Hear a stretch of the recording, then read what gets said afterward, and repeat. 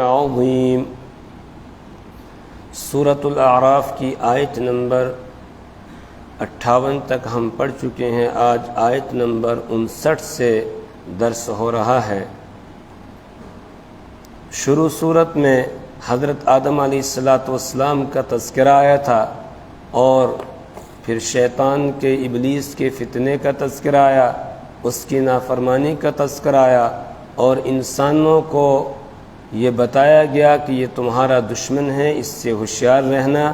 لا یفتننکم الشیطان، شیطان تم کو کسی فتنے کے اندر مبتلا نہ کر دے۔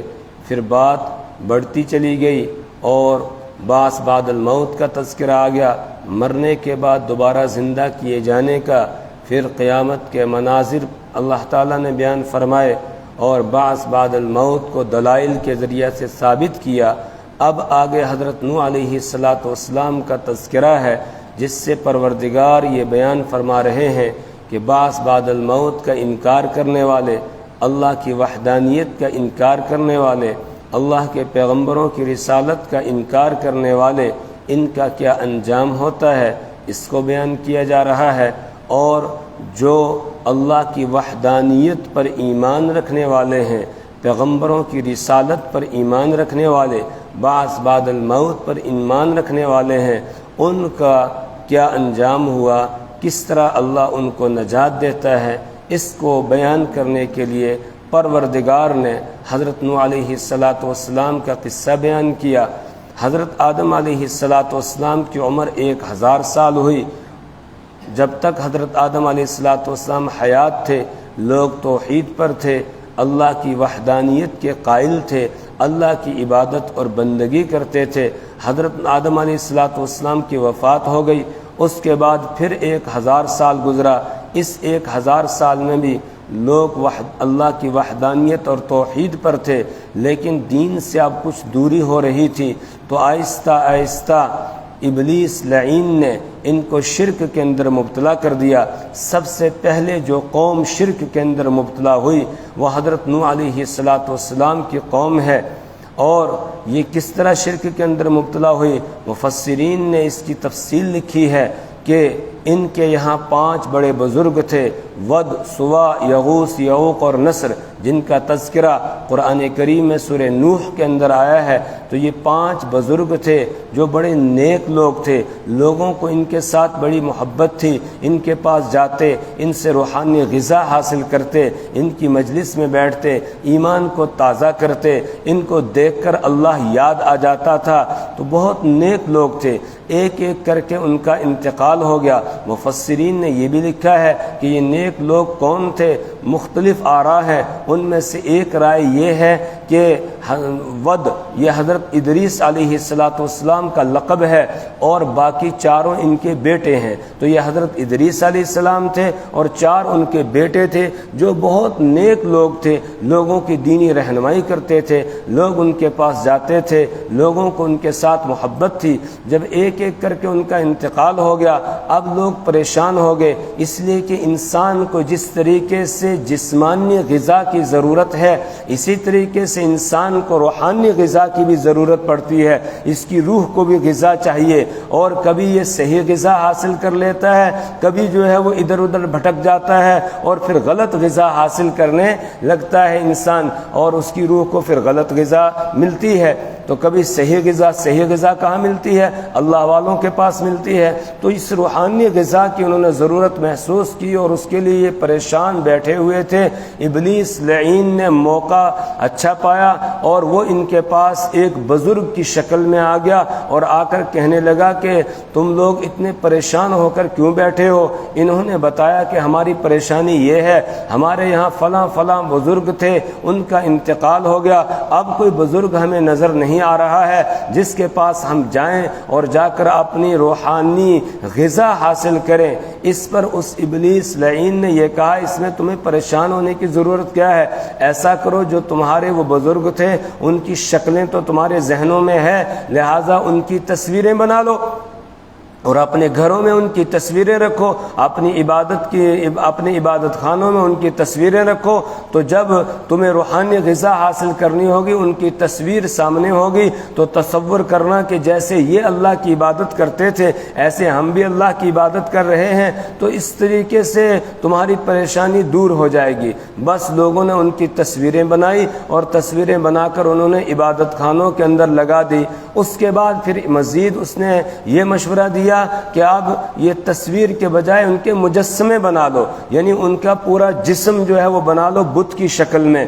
تو اب مجسمے ان کے بن گئے، اور یہ لوگ مخلص تھے، اللہ کی عبادت کرتے تھے، ان کی پوجا پاٹ نہیں کرتے تھے بزرگوں کی، بلکہ ان کو صرف ان کی محبت اور عقیدت کے طور پر ان کی یہ تصویریں اور ان کے مجسمے انہوں نے بنائے تھے ابلیس لعین کے کہنے پر۔ لیکن جو نئی پود پیدا ہوئی، نئی نسل پیدا ہوئی، ان میں علم کی کمی تھی۔ انہوں نے دیکھا کہ بڑے آ کر یہاں پر نماز پڑھتے ہیں، سجدہ کرتے ہیں، وہ یہ سمجھنے لگے کہ یہ جو دیواروں پر تصویریں لگی ہیں یا مجسمے رکھے ہوئے ہیں ہمارے بڑے انہی کی پوجا کرتے تھے، تو انہوں نے اللہ کے بجائے ان کی پوجا پاٹ شروع کر دی۔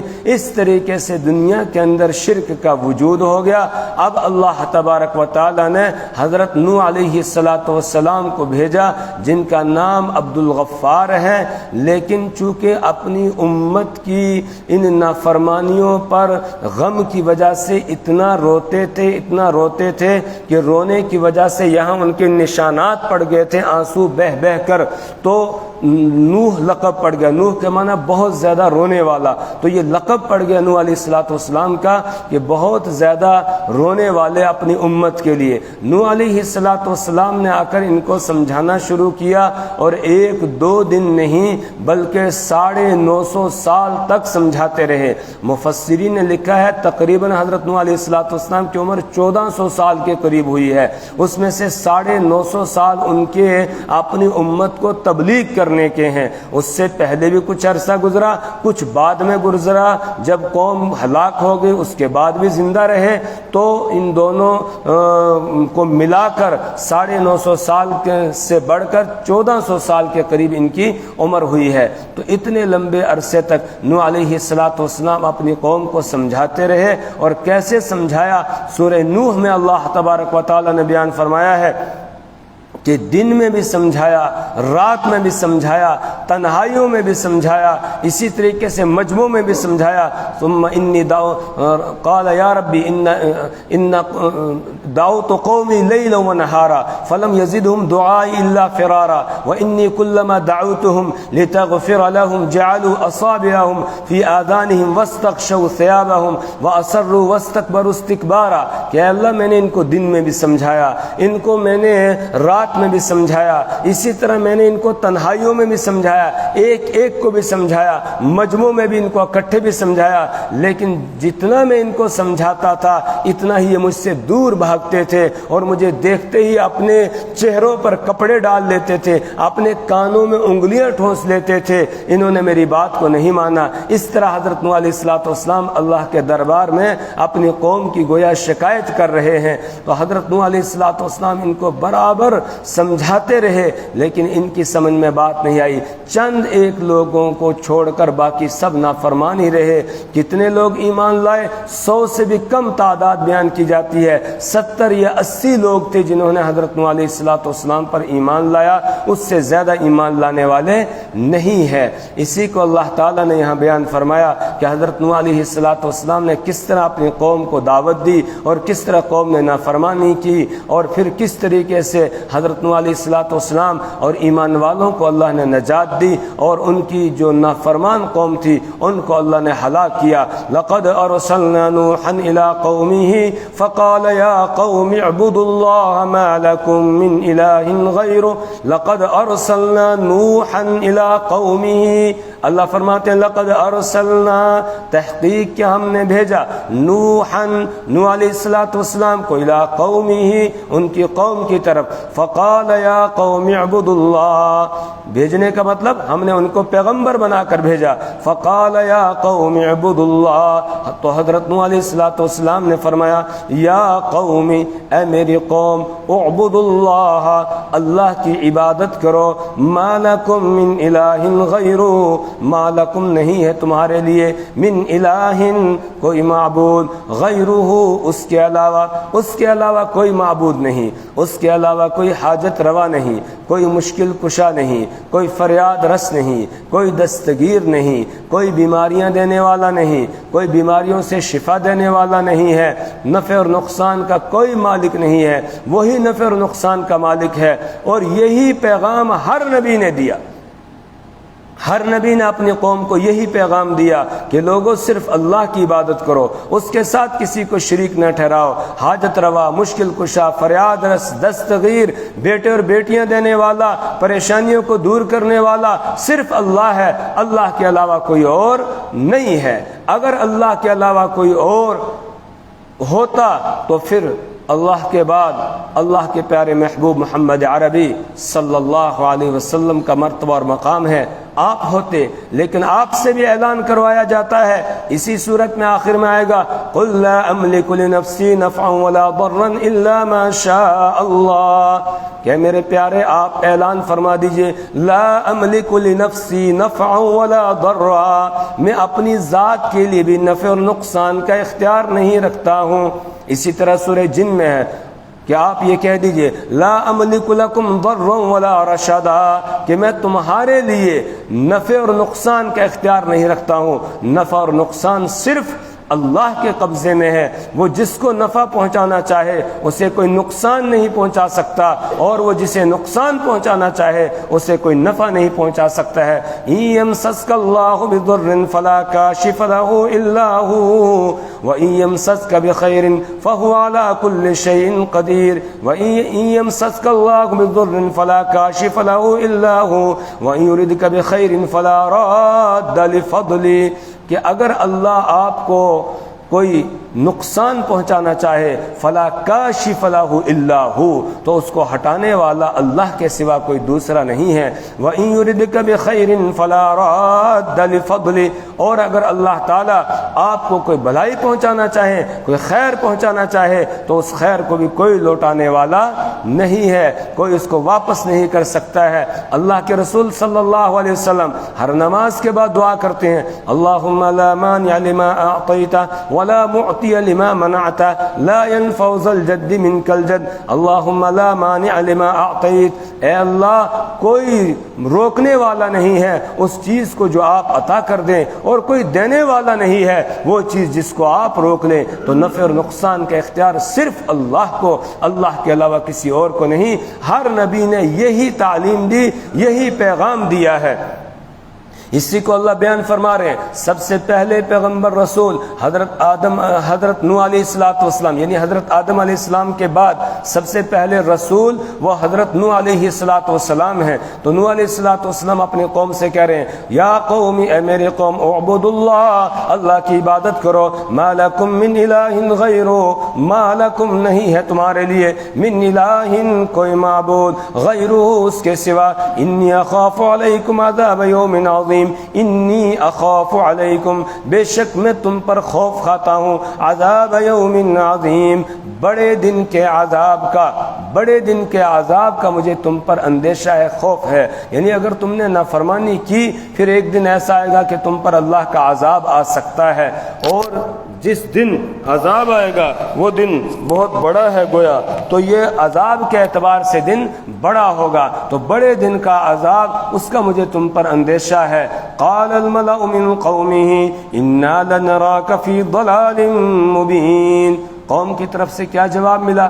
اللہ بیان فرما رہے ہیں قال الملأ من قومه، ان کی قوم کے سرداروں نے کہا. الملأ، ملأ یملأ کے معنی آتے ہیں بھر دینا، تو الملأ کے معنی بھرنے والی چیز. تو یہ سرداروں کو ملا کیوں کہا جاتا ہے؟ اس لیے کہ ایک تو یہ مالداری سے، مال سے بھرے ہوئے ہوتے ہیں، دوسرے نمبر پر یہ کہ ان کا لوگوں پر رعب ہوتا ہے، تو رعب سے گویا بھرے ہوئے ہوتے ہیں، اس لیے ان کو الملا کہا۔ قال الملأ من قومه، ان کی قوم کے سرداروں نے کہا، انا لنراک فی ضلال مبین، بے شک ہم آپ کو دیکھ رہے ہیں کھلی گمراہی میں۔ نعوذ باللہ من ذالک۔ گمراہ کون تھا؟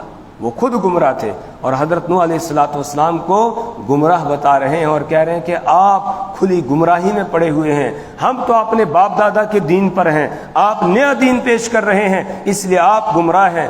انا لنراک فی ضلال مبین۔ اور ہر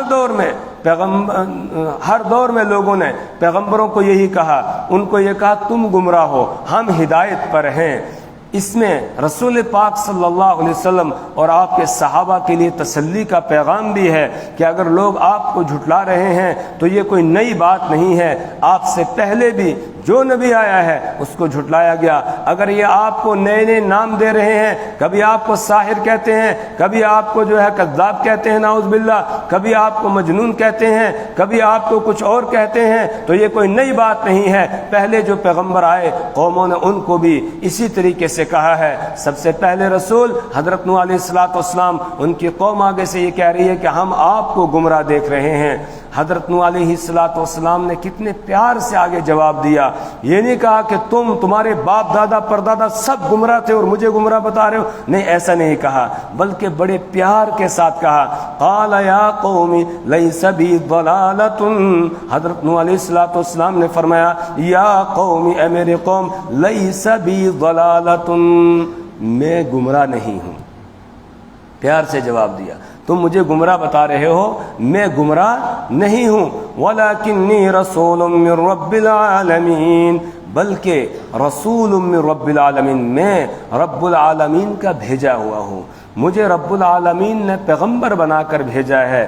یعنی پیار سے جواب دیا، آگے سے ان کے لیے لڑنے جھگڑنے کے لیے نہیں تیار ہوئے، ان کو گالی گلوچ نہیں کیا، بلکہ حضرت نوح علیہ السلام نے بڑے پیار سے ان کی اس بات کی تردید کی کہ جو تم مجھ پر الزام لگا رہے ہو گمراہی کا، تو سنو، میں گمراہ نہیں ہوں، بلکہ اللہ رب العالمین نے مجھے پیغمبر بنا کر بھیجا ہے۔ اور نبیوں کی یہی شان ہے، نبی آگے سے الجھتے نہیں ہیں، اس لڑنے جھگڑنے کے لیے نہیں آتے ہیں، بلکہ بڑے پیار سے لوگوں کو سمجھاتے ہیں۔ یہاں تک کہ رسول پاک صلی اللہ علیہ وسلم کی سیرت آپ پڑھیں گے، لوگ پتھر برسا رہے ہیں، آپ کو لہو لہان کر دیا گیا ہے، لیکن اس کے باوجود آپ ان کے لیے دعائیں کر رہے ہیں، اللہم اغفر لقومی فإنہم لا يعلمون، اللہ میری اس قوم کو معاف فرما دے، یہ جانتے نہیں ہیں، اللہم اہد قومی فإنہم لا يعلمون، اللہ میری قوم کو ہدایت دے دے، یہ جانتے نہیں ہیں۔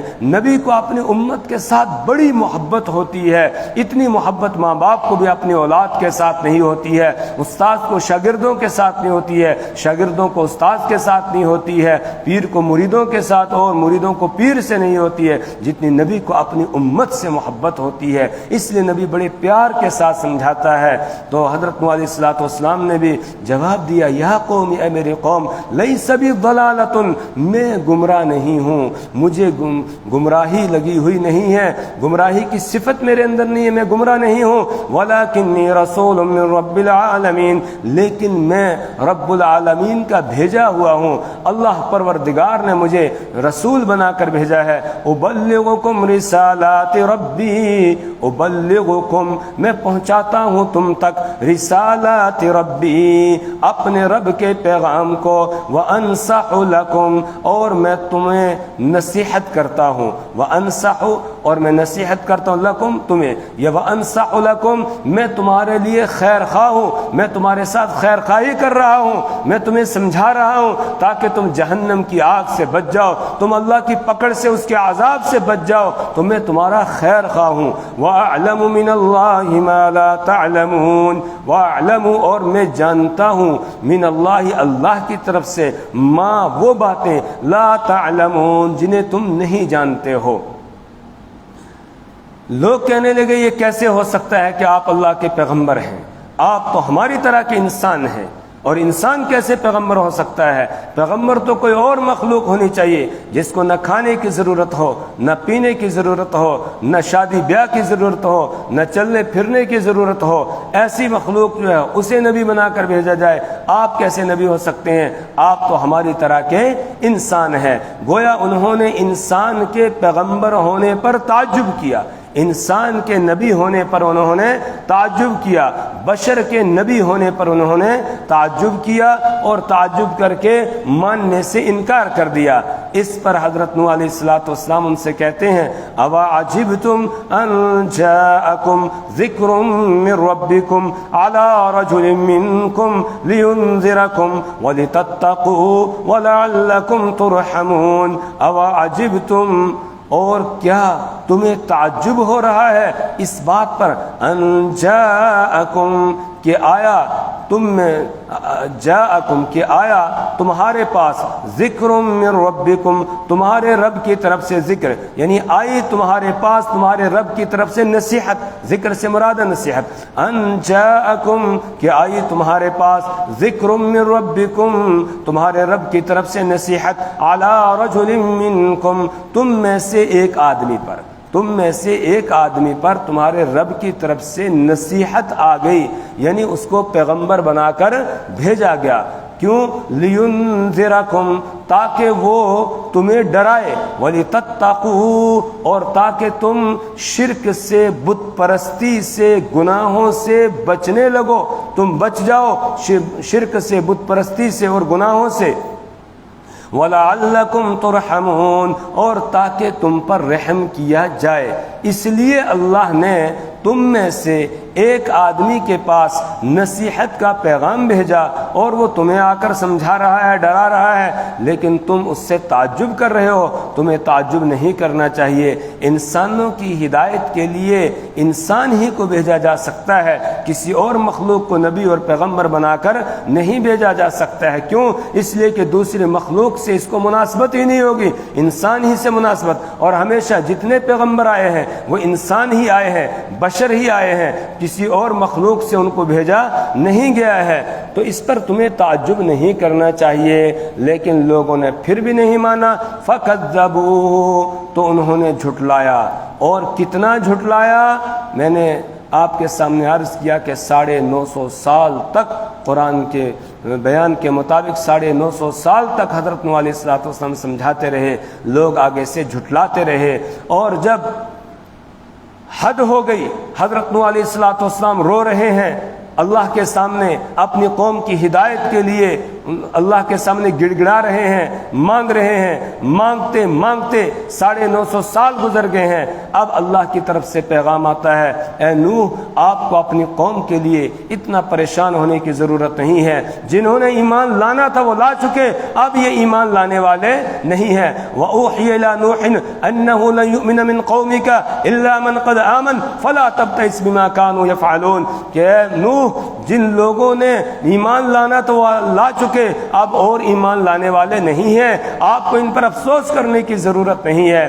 جب اللہ کی طرف سے یہ پیغام آ گیا، اب نوح علیہ السلام نے ہاتھ اٹھائے کہ اے پروردگار، جب ایمان ان کے نصیب میں نہیں ہے تو لا تذر علی الارض من الکافرین دیارا انک ان تذرہم یضل عبادک ولا یلد الا فاجرا کفارا، پھر زمین سے ان کو مٹا دے، زمین کو صاف کر دے ان کے ناپاک وجود سے، لہذا ان کا ایک گھر بھی زمین پر باقی نہ رہے، کیونکہ اگر یہ زندہ رہے یہ نافرمانوں کو ہی جنم دیتے رہیں گے، اور اسی طریقے سے یہ نافرمانی کرتے رہیں گے، تو آپ ان کو اب ہلاک کر دیجئے۔ نوح علیہ السلام نے جب یہ دعا کی، اس کے بعد اللہ کی طرف سے حکم ہوتا ہے آپ کشتی بنائیے۔ نوح علیہ السلام کشتی بناتے ہیں، یہ سب سے پہلی کشتی بنائی جا رہی تھی، لوگ مذاق اڑاتے ہیں۔ جب کشتی بن کے تیار ہو گئی، اس کے بعد اللہ کی طرف سے حکم آیا کہ جب تنور سے پانی نکلنے لگے گا تو آپ اپنے لوگوں کو کشتی میں سوار کر لیجئے، اور جانوروں کا بھی ایک ایک جوڑا کشتی میں سوار کر لیجئے۔ آج وہی بچے گا جو کشتی میں سوار ہوگا، جو کشتی میں سوار نہیں ہوگا وہ نہیں بچ سکے گا۔ گا۔ حضرت نوح علیہ السلام کا بیٹا کنعان وہ بھی سوار نہیں ہوا کیونکہ وہ مومن نہیں تھا، وہ کافر تھا، وہ بھی نوح علیہ السلام پر ایمان نہیں لایا تھا، اس لیے وہ بھی ہلاک ہونے والوں کے ساتھ ہو گیا۔ سورہ ہود میں ہم انشاءاللہ تفصیل کے ساتھ پڑھیں گے۔ یہاں اللہ نے مختصر انداز میں بیان فرمایا فَكَذَّبُوهُ، تو انہوں نے نوح علیہ السلام کو جھٹلایا، فَأَنْجَيْنَاهُ، تو ہم نے نوح علیہ السلام کو نجات دی، وَالَّذِينَ مَعَهُ، اور ان لوگوں کو جو ان کے ساتھ ایمان لانے والے، ان کو ہم نے نجات دی، فِي الْفُلْكِ، کشتی میں، یعنی کشتی میں سوار کر کے ہم نے ان کو نجات دے دی۔ وَأَغْرَقْنَا الَّذِينَ كَذَّبُوا بِآيَاتِنَا، اور ہم نے غرق کر دیا ان لوگوں کو جنہوں نے جھٹلایا تھا ہماری آیات کو۔ إِنَّهُمْ كَانُوا قَوْمًا عَمِينَ، بے شک وہ تھے ہی اندھے لوگ، یعنی وہ دل کے اندھے تھے، آنکھوں کے نہیں، آنکھوں سے تو دیکھ رہے تھے لیکن دل کے اندھے تھے، ان کو حقیقت اور حق نظر نہیں آ رہا تھا، وہ باطل ہی کو حق سمجھ رہے تھے اور حق کو باطل سمجھ رہے تھے، اپنے آپ کو ہدایت پر سمجھ رہے تھے، حضرت نوح علیہ السلام اور ان کے ساتھیوں کو گمراہ سمجھ رہے تھے، اس لیے قرآن نے کہا وہ اندھے تھے، دل کے اندھے تھے۔ اب اس قصے کو بیان کر کے اللہ تعالی ہمیں یہ پیغام دے رہے ہیں کہ صرف اللہ کی عبادت اور بندگی ہو، اللہ کے علاوہ کسی اور کی عبادت اور بندگی نہ ہو، اور اللہ کی اطاعت اور فرما برداری والی زندگی جو گزارے گا اسے اللہ تعالی نجات دے گا دنیا میں بھی اور آخرت میں بھی، اور جو نافرمانی والی زندگی بسر کرے گا دنیا میں بھی پکڑ آ سکتی ہے اور آخرت میں تو پکڑ ہے ہی۔ لہٰذا اگر کوئی دنیا کی پکڑ اور آخرت کے عذاب سے بچنا چاہتا ہے وہ اللہ کے حکموں کو پورا کرے، اللہ کی اطاعت اور فرما برداری والی زندگی گزارے، اللہ کو راضی کرنے کی کوشش کرے، وہ کامیاب ہو جائے گا۔ اور اگر ایسا نہیں کیا نہ کام ہوگا نہ مراد ہوگا دنیا میں بھی اور آخرت میں بھی۔ اللہ سے دعا کریں پروردگار ہمیں اعمال صالحہ کی توفیق